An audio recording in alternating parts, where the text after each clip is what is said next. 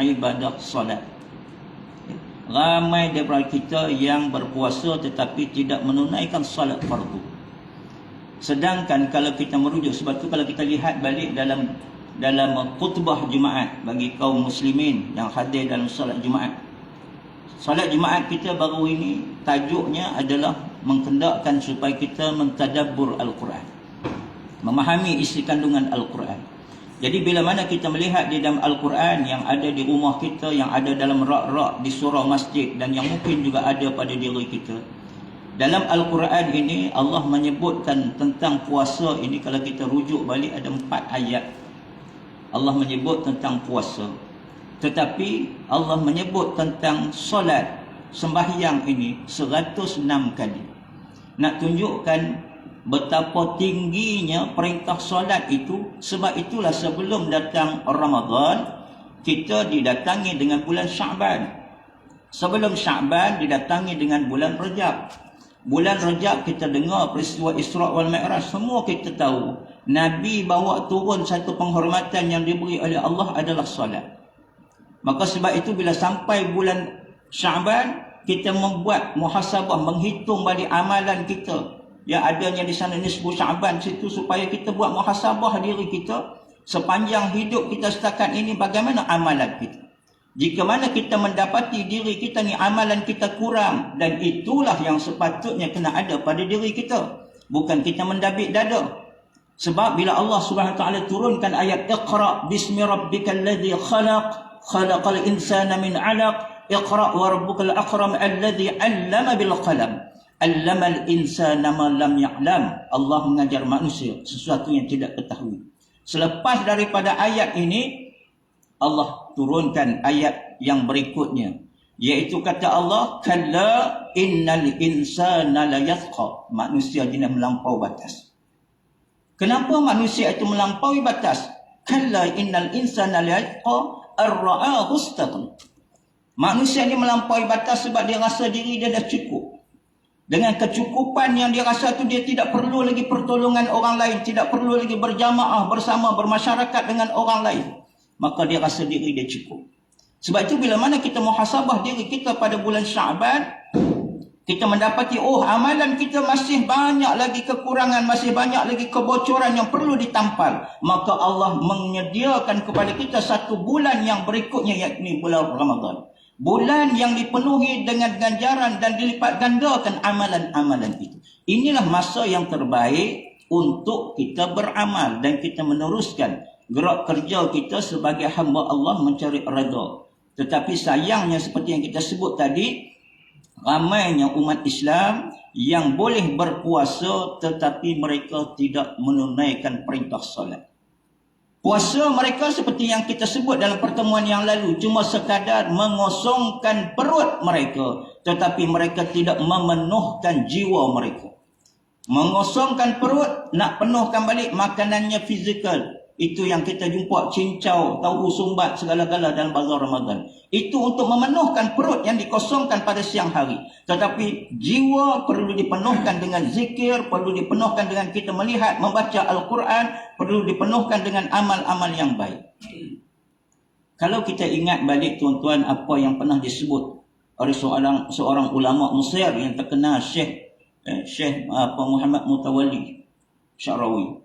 Apa kata dia tentang Islam ni tuan-tuan? Rukun Islam semua kita sedia maklum. Di peringkat sekolah rendah dah belajar, tadika dah belajar dah. Rukun Islam 5 perkara. Semua kita tahu. Tetapi kata Syekh Muhammad Mutawalli, dia kata rukun Muslim 2 perkara. Dalam 2 ini pun kadang-kadang tidak terdapat pada diri kita. Rukun Islam itu 5. Mengucap 2 kalimah syahadah, menunaikan solat, berpuasa, menunaikan zakat dan mengerjakan ibadah haji. Ini rukun Islam, semua kita hafal. Tetapi rukun ini kadang-kala gugur daripada diri kita. Rukun apa? Rukun mengerjakan ibadah haji. Boleh gugur daripada diri orang Islam kira mana dia tidak ada kemampuan. Istita'ahnya tidak ada. Kemampuan nak menunaikan ibadah haji, tak ada kenderaan, tak ada duit perbelanjaan, tidak ada kesihatan yang baik. Akhirnya dia tidak wajib pada diri. Lepas kita. Rukun menunaikan zakat. Walaupun zakat itu wajib, tapi zakat fitrah bayarlah. Jangan tak bayar pula, kedekut. Berapa duit je pun. Zakat ini wajib bagi orang Islam. Tetapi bila mana dia tergolong di kalangan golongan fuqara wal masakin, golongan yang fakir, yang miskin, nak bayar zakat, macam mana dia pula minta zakat? Maka boleh gugur daripada dia. Rukun puasa yang menjadi rukun dalam rukun Islam juga boleh gugur kira mana dia tergolong di kalangan orang yang orang katakan uzur, tak boleh berpuasa sebagainya. Gugur pada diri dia.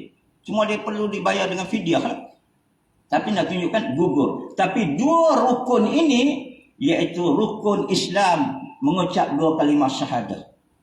Nak jadi Islam kena mengucap dua kalimah syahadah. Sekali saja dia mengucap, dah jadi Islam. Dah jadi seorang Muslim. Nak jadi Islam, nak jadi Muslim, dia kena mengerjakan ibadah solat. Sebab kita boleh tinggalkan zakat bila kita tidak ada kekayaan. Kita boleh tinggalkan ibadah haji bila tidak ada kemampuan. Kita boleh tinggalkan puasa kira mana tidak ada kemampuan dan keuzuran. Tetapi kita tidak boleh meninggalkan solat biarpun dalam keadaan sakit. Orang kaya kena solat, orang miskin kena solat, rakyat jelata kena solat, raja-raja kena solat. Dalam senang kita solat, dalam susah kita kena solat, dalam ketenangan kita solat, dalam peperangan pun kena solat. Nak tunjukkan tak boleh sama sekali. Tapi dalam hari ini, kita berpuasa satu keluarga, kita solat, anak tak solat, nang bokati nang kui bokati kui. Di mana? Kata Syekh Mutawalli, di mana rukun Muslimnya? Rukun Muslim yang dua ini pun kadang-kadang tidak ada pada diri.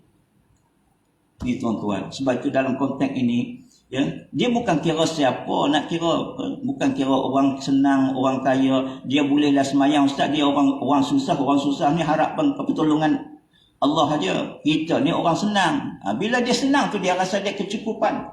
Itu dia melampaui batas. Sedangkan kalau kita baca sejarah-sejarah Islam, saya kira macam sejarah Ashabul Kahfi pun tuan-tuan dah tahu dah. Bagaimana raja setelah mana bangunnya pemuda-pemuda Ashabul Kahfi. Raja seorang yang beriman. Kalau kita baca sejarah Sultan Hamid. Sultan Hamid iaitu raja di zaman kerajaan Osmaniyah. Cukup terkenal.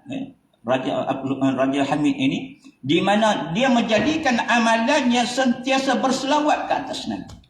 Kita bulan Ramadan ni tuan-tuan, bulan yang banyak selawat. Habis 2 rakaat selawat, habis 4 rakaat selawat. Waktu inilah kita nak perdengarkan anak-anak kita dengan selawat. Kalau sebelum dia duduk dengar lagu Mariah Carey, Ning Baizura, Era Fazira, bawa kemari dengar selawat. Tok Bilal boleh selawat dengan nada yang begitu sedap. Dia dengar, balik tanya ayah dia. Besok dia teringin dengar, lama-lama akan masuk dalam diri dia. Daripada duduk dengar tembakan mercunnya, bawa. Sultan Abdul Hamid ni, Sultan Hamid ni tuan-tuan di zaman Osmaniyah ni, jadikan amalan hidup dia. Tiap-tiap hari berselawat, tiap-tiap malam berselawat, sebelum tidur dia berselawat. Sebab itu kalau kita baca sejarah dia, suatu hari tiba-tiba dia punya pegawai PA dia lah. Kalau hari ni orang kata PA setiausaha sulit ke apa, bagi tahu kepada dia, dia kata, tuanku ada orang nak jumpa tuanku. Seorang pedagang, dia kata dia mengaku yang tuanku ada berhutang dengan dia. Tak terkejut orang, sultan berhutang dengan rakyat. Orang marah, tapi dia tak nak balik. Orang bagi duit kepada pedagang ni supaya ambil duit dah pergi balik. Kalau sultan ada hutang, tak payah jumpa. Dah, aku nak jumpa sultan. Sebab sultan berhutang, dia kata. Akhirnya PA dia beritahu dekat tuanku, dekat sultan. Sultan kita panggil dia masuk. Bila masuk menghadap Sultan Hamid ini, ditanya kepada dia, adakah aku berhutang? Dia kata, tuanku ada berhutang dengan aku, iaitu kerana aku seorang peniaga. Aku bankrupt. Di bawah pemerintahan tuanku aku bankrupt. Jadi bila aku bankrupt, maksudnya tuanku lah yang menanggung segala hutang aku. Jadi aku nak bayar hutang, tak boleh hari ni aku datang nak berhutang. Orang jadi pelik, apa hal pula engkau pula yang bankrupt, sultan kena bayar. Lalu dia kata, wahai tuanku, aku berdoa tiap-tiap malam kepada Allah, minta supaya aku dapat menyelesaikan hutang aku. Tetapi malam tadi, Aku bermimpi, dia kata. Datangnya baginda Nabi SAW. Nabi datang dalam mimpi aku, dia menyatakan kepada aku, pergi jumpa Sultan Hamid ini. Nyatakan kepada Sultan Hamid. Sebab itu dia datang. Jadi dia kata, tuanku, sabda Nabi kepada aku malam tadi dalam mimpi, dia kata, wahai Hamidku. Bila tuanku Sultan Hamid ni dengar begitu, dalam mimpi orang tu, Nabi sebut nama dia. Dia kata, setiap hari tuanku sentiasa berselawat ke atas dia, tiap-tiap hari. Tetapi malam tadi tuanku terlupa berselawat kepada dia. Jadi aku diberikan mimpi ini supaya aku datang bagi tahu kepada tuanku. Di samping nak menuntut ini, aku beritahu kepada tuanku. Tuanku tanya balik, apa yang Nabi sebut kepada engkau dalam mimpi jadi? Apa yang Nabi sabdakan? Dia kata, wahai Hamidku. Dia sebut begitu saja, tuanku berhenti. Tuanku ambil emas diberikan kepada dia. Cuba kamu sebut sekali lagi apa yang Nabi sebut malam tadi. Dia kata, tuanku Rasulullah sebut dalam mimpi aku, wahai Hamidku. Hamidku maksudnya dekatnya sultan ni kepada Nabi. Wahai Hamidku. Dia kata berhenti. Dia ambil emas bagi lagi. Sampai 3 kali dia beri. Akhirnya PA tengok ni tak jadi, silat-silat habis satu istana dia bagi kat puan tu.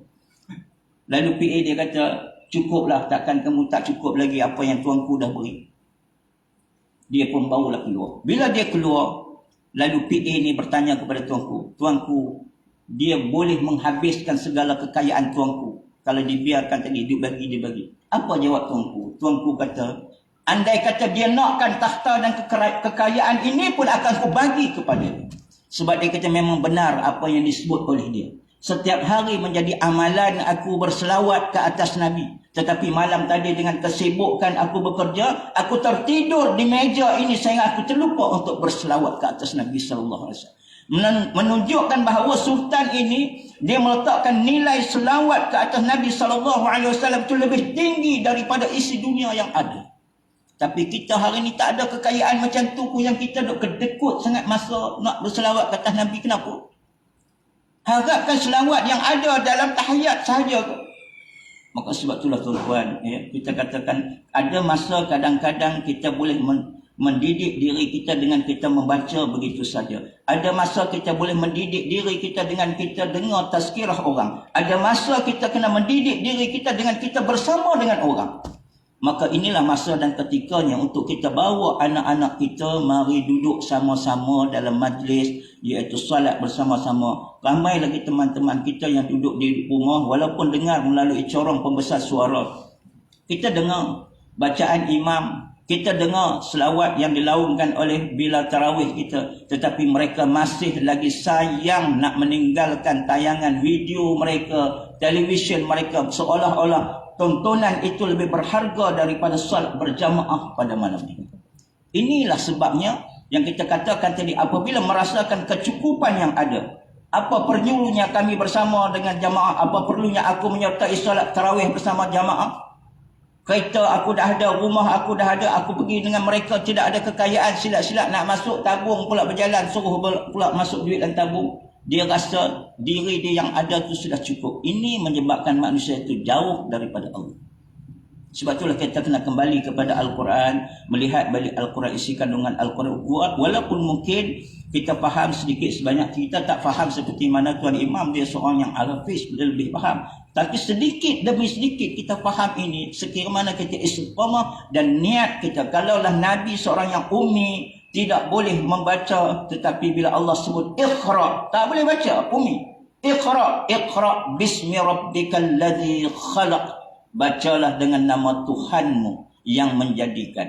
Maksudnya bila buat sesuatu dengan nama Allah, mencari redha Allah, Allah akan mempermudahkan segala urusan. Kita pegang kitab-kitab yang kita belajar di universiti, kitab ekonomi, fizik, biologi, kimia, kita jarang nak buka buku tu terus kita baca bismillah. Tetapi bila kita pegang Al-Quran secara sendirinya, kita akan mulakan bismillahirrahmanirrahim. Keberkatan Al-Quran datang kepada diri kita. Sebab itu kita kena berdamping dengan Al-Quran. Kata Ibn Arabi, dia sebut apa? Dia kata Al-Quran ini, kata dia, Al-Quran ini, ibu kepada Al-Quran itu adalah suratul Fatihah. Yang Nabi sebut dalam hadis baginda, hati bagi Al-Quran suratul Yasin. Kata Ibn Arabi, dia sebut, dia kata ibu kepada Al-Quran itu adalah suratul Fatihah. Ibu kepada suratul Fatihah itu ada basmalah, adalah bismillah. Jadi ibu kepada surah Fatihah itu bismillah. Sebab tu bila kita baca suratul Fatihah, mulakan dengan bismillah. Ibu kepada bismillah itu katanya adalah huruf ba. Sebab tu bila kita mula buka Al-Quran, nak baca kita jumpa huruf ba dulu. Sebab ba di situ. Dan ibu kepada ba itu adalah titik. Di situlah kalam Allah bermula. Allah mengajar manusia dengan kalam, dengan penulisan. Sebelum menulis, titik itu dimulakan. Letak pen, belum jadi huruf, jadi titik dulu. Baru bermula. Sebab tu ulama-ulama dia bantu kita dengan dia mengkaji supaya kita lebih memahami. Inilah bahan yang perlu kita hadap supaya adanya kecintaan pada diri kita. Jadi tuan-tuan, kesempatan yang ada dalam bulan yang ada, Allah berikan permudah segala urusan kita dalam bulan Ramadan ini. Maka kita niatkan benar-benar kita nak cari redha Allah SWT, iaitu kita terus beribadah, dan kita harap ibadah kita menjadi satu ibadah yang diterima oleh Allah dan istiqamahnya berterusan. Wallahu a'lam. A'udzubillahi minasyaitonir rajim. Bismillahirrahmanirrahim. Alhamdulillahirabbil alamin. Wassalatu wassalamu ala Rasulillah wa ala alihi wa sahbihi ajma'in. Allahumma faqihhum fid din. Ya Allah, fahamkan kami dengan agama-Mu. Ya Allah, permudahkan bagi diri kami dalam melaksanakan segala tuntutan agama-Mu. Ya Allah, ya Allah, ya Rahman, ya Rahim. Sesungguhnya pada malam ini dan pada malam-malam yang berikutnya di bulan Ramadan al-Mubarak, Engkau membebaskan penghuni api neraka-Mu, ya Allah. Oleh itu kami pohon kepadamu, jadikanlah diri kami, kedua ibu bapa kami, ahli keluarga kami, seluruh jamaah yang hadir, seluruh masyarakat Islam yang ada, ya Allah, seluruh umat Islam sedunia. Jadikanlah kami dan juga mereka di kalangan hamba-Mu yang Kau bebaskan daripada azab api neraka. Ya Allah, kami juga yakin benar yang disebut oleh baginda Nabi SAW, barang siapa yang dapat mengakhirkan hayatnya dengan kalimah la ilaha illallah, dakhalal jannah, dikurniakan syurga oleh-Mu. Maka kami pohon kepadamu, jadikan juga diri kami, kedua ibu bapa kami, ahli keluarga kami, seluruh jamaah yang hadir beserta ahli keluarga masing-masing, ya Allah, seluruh umat Islam yang berada di serata dunia sebagai umat-Mu yang diberi, sebagai hamba-Mu yang dikurniakan kelancaran lidah dan bibir, agar kami dapat melafazkan kalimah syahadah ketika mana kami mengakhirkan hayat kami, lalu Kau redha dan kurniakan kepada kami nikmat syurga-Mu, ya Allah. Rabbana atina fid dunya hasanah wa fil akhirati hasanah wa qina adzabannar. Walhamdulillahi rabbil alamin.